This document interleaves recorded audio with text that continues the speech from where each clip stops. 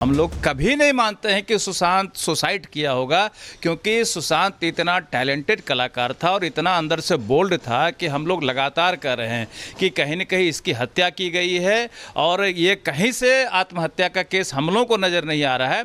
और आप देख रहे हैं कि धीरे धीरे कड़ी खुलते जा रही है। जो आशंका हम लोग पहले व्यक्त किया करते थे कि दिशा साल्यान के हत्या से इनका कहीं न कहीं केस जुड़ा हुआ है, आज वो धीरे धीरे कड़ी खुल रही है। आज वर्षों बाद उनके पिता ने ये खुलासा किया है कि उनकी हत्या हुई है, तो इसको अविलंब जांच करें और जांच के बाद दोनों मामले का खुलासा हो। 8 जून 2020 को दिशा सालियान की मौत मुंबई के मलाड में एक बिल्डिंग से गिरकर हुई थी। कुछ ही दिनों के बाद ही 14 जून 2020 को अभिनेता सुशांत सिंह राजपूत की मौत हो गई। अब दिशा के पिता की मांग से सुशांत के पिता को भी इंसाफ की आस जगी है। वहीं पूरा देश मामले में फिर इंटरोगेशन की मांग कर रहा है। ऐसे में सवाल है कि आदित्य ठाकरे की मुश्किलें बढ़ने वाली हैं, क्योंकि दिशा के पिता ने रेप के बाद हत्या का आरोप लगाया है।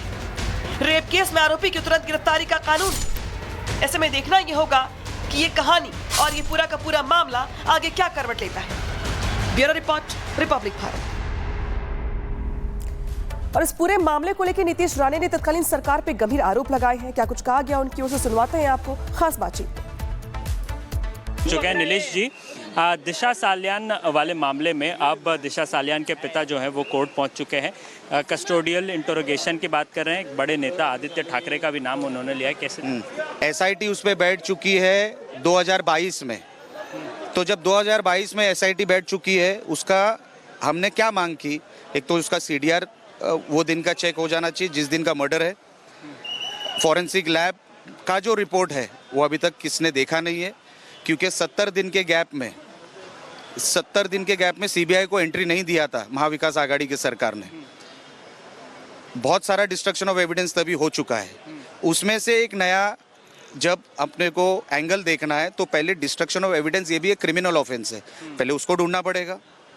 ये सारी चीज़ें एक मर्डर केस, मर्डर मिस्ट्री की तरफ लेके जाती है। इस देश में किसी को भी क्राइम करने का अधिकार नहीं है। जो क्राइम करेगा, भले कितने भी बड़े बाप की औलाद हो, उसको इसी देश में इसी कायदा, इसी कोर्ट को उसको जवाब देना पड़ेगा। और वही तो हमारी मांग है। कह रहे हैं पॉलिटिकल वेंडेटा है और मैं जो है इस मामले को कोर्ट में। एक बात बताइए, पॉलिटिकल वेंडेटा, उसमें उनके फादर कहाँ से आए? दिशा सालियान के फादर कहाँ से आए? दिशा सालियान के फादर ने इंटरवीन किया है, उन्होंने कोर्ट में पिटिशन किया है। वो कोई पॉलिटिकल पार्टी से है क्या? उन्होंने उनके एफिडेविट में क्या लिखा है कि मुझे वो ज़माने में प्रेशर था, आज मेरे ऊपर कोई भी प्रेशर नहीं है। इसका क्या मतलब होता है? ये सब दिखावा है। किसी को बचाने के लिए सारी साजिश चालू है, पर कितनी भी कोशिश महाविकास आघाड़ी या खास करके यूबीटी करेंगे, वो फ़ायदा नहीं है। असली मुजरिम जेल में जाएगा। ठाकरे परिवार से होने का क्या अहंकार है और इसी वजह से वो बार बार वो तो ठाकरे, उनको तो लगता है वो बहुत बड़े कोई इधर के कोई जागीरदार है। उनको ये समझ नहीं आता कि तुम भी इस देश के नागरिक हो जैसे मैं और आप है। उनको कोई स्पेशल रूल ऑफ लॉ नहीं है। उनको कायदा जो है, जो रूल है, उसके हिसाब से उनको जीना पड़ेगा। ठाकरे मतलब कोई ऊपर से गिरा नहीं है, कोई स्पेशल नहीं है, उनको कोई स्टेटस नहीं मिला स्पेशल। जेल जाना, जेल तो 100% उनको जाना पड़ेगा। अगर क्राइम किया है, मर्डर किया है, रेप किया है, तो उनको 100% जेल जाना पड़ेगा। तो वहीं शिवसेना विधायक मनीषा कायंदे ने उद्धव गुट पर गंभीर आरोप लगाए, सुनिए। दिशा सालियान के पिताजी पहली बार कोर्ट गए हैं। अब तक उनके फैमिली मेंबर, आज तक उन्होंने कोर्ट का दरवाजा नहीं खटखटाया था और पहली बार वो कोर्ट गए हैं। और हम किसी का भी नाम नहीं ले रहे, मगर उनकी मृत्यु, दिशा सालियान की मृत्यु, ये एक आत्महत्या थी या कोई साजिश थी, ये पता चलना चाहिए। इतनी हमारी मांग है।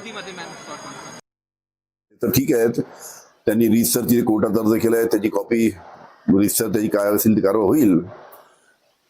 पण जे औरंगजेबासारखे विषय, त्याच्या कबलीचे विषय जे काढले जातात, ते सातत्यानं लोकांचं लक्ष दुसरीकडे कसं नेता येईल, शेतकऱ्यांचे प्रश्न, स्थानिक तुमचे लॉ अँड ऑर्डरचे प्रश्न कसे बाजूला पडतील, महागाईचा प्रश्न कसा बाजूला पडेल, पोलीस भरतीचा प्रश्न कसा बाजूला पडेल, असे अनेक प्रश्न बाजूला, त्याच्या लोकांना त्याचा या प्रश्नाचा विसर पडावा म्हणून औरंगजेबाच्या कबरीचा विषय त्यांनी तणखोदून काढत आहेत।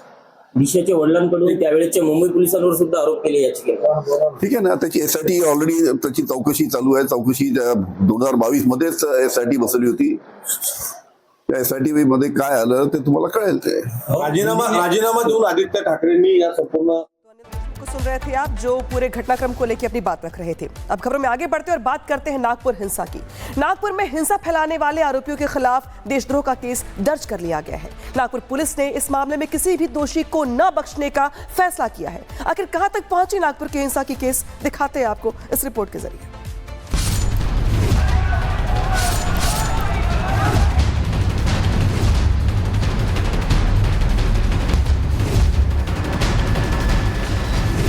देशद्रोह की कलम 30/25 में लगी है, जिसमें उसका भी नाम है।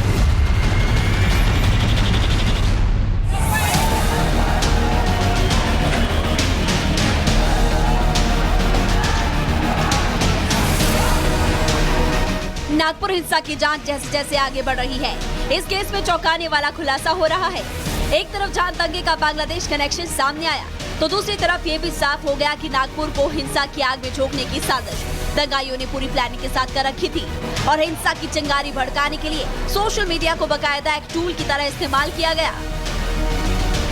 और जो 4 कल देर रात एफआईआर दर्ज की गई है, उसके सेक्शंस पर जब आप नजर डालेंगे तो उसमें बीएनएस की धारा 152 इंपोज की गई है, जो कि देशद्रोह है। उस धारा के अंदर अगर भारत की एकता अखंडता को आप नुकसान पहुंचाएंगे या यूं कहे कि दंगे भड़काने की कोशिश करेंगे, सामाजिक सौहार्द बिगड़ेगा, तो कहीं ना कहीं 152 इंपोज किया जाएगा। और उस एफआईआर में आप देखेंगे कि बीएनएस की जो धारा है 152 वो खासतौर पर इंपोज की गई है। और एफआईआर के नीचे तकरीबन 6 ऐसी इंस्टाग्राम और सोशल मीडिया आईडी का जिक्र किया गया है, जिनके जरिए भड़काने वाले पोस्ट जो है वो किए गए। और यही कारण है कि साइबर यूनिट ने कल 4 एफआईआर अलग से दर्ज की। अब इस मामले में कुल 10 एफआईआर दर्ज हो चुकी है।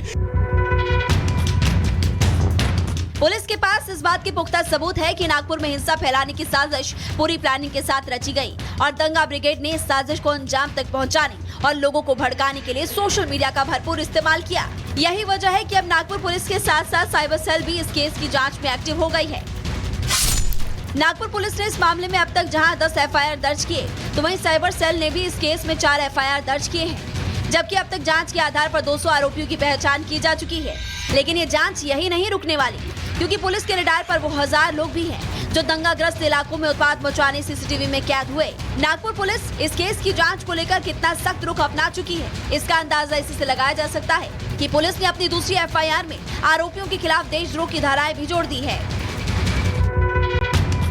दंगाइयों की नागपुर को दहलाने की साजिश कितनी सुनियोजित तरीके से रची गई थी, इसका इशारा जांच में सामने आए 172 वीडियो लिंक से भी हो रहा है, जिसमें दंगाइयों ने सोशल मीडिया हैंडल से न सिर्फ अफवाह फैलाने के मकसद से फर्जी वीडियो बनाए, बल्कि उसे अलग अलग सोशल मीडिया अकाउंट से पोस्ट भी किया